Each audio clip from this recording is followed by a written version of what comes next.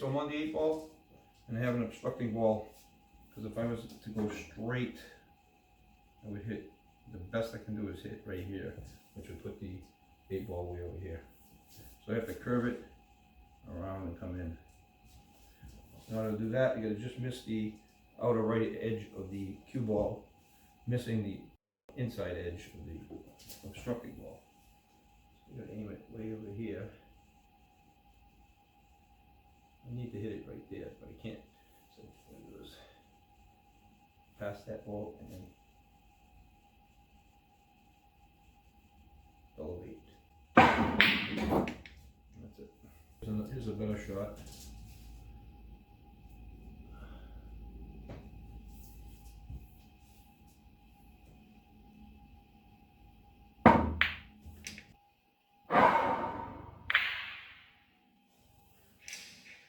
Like that.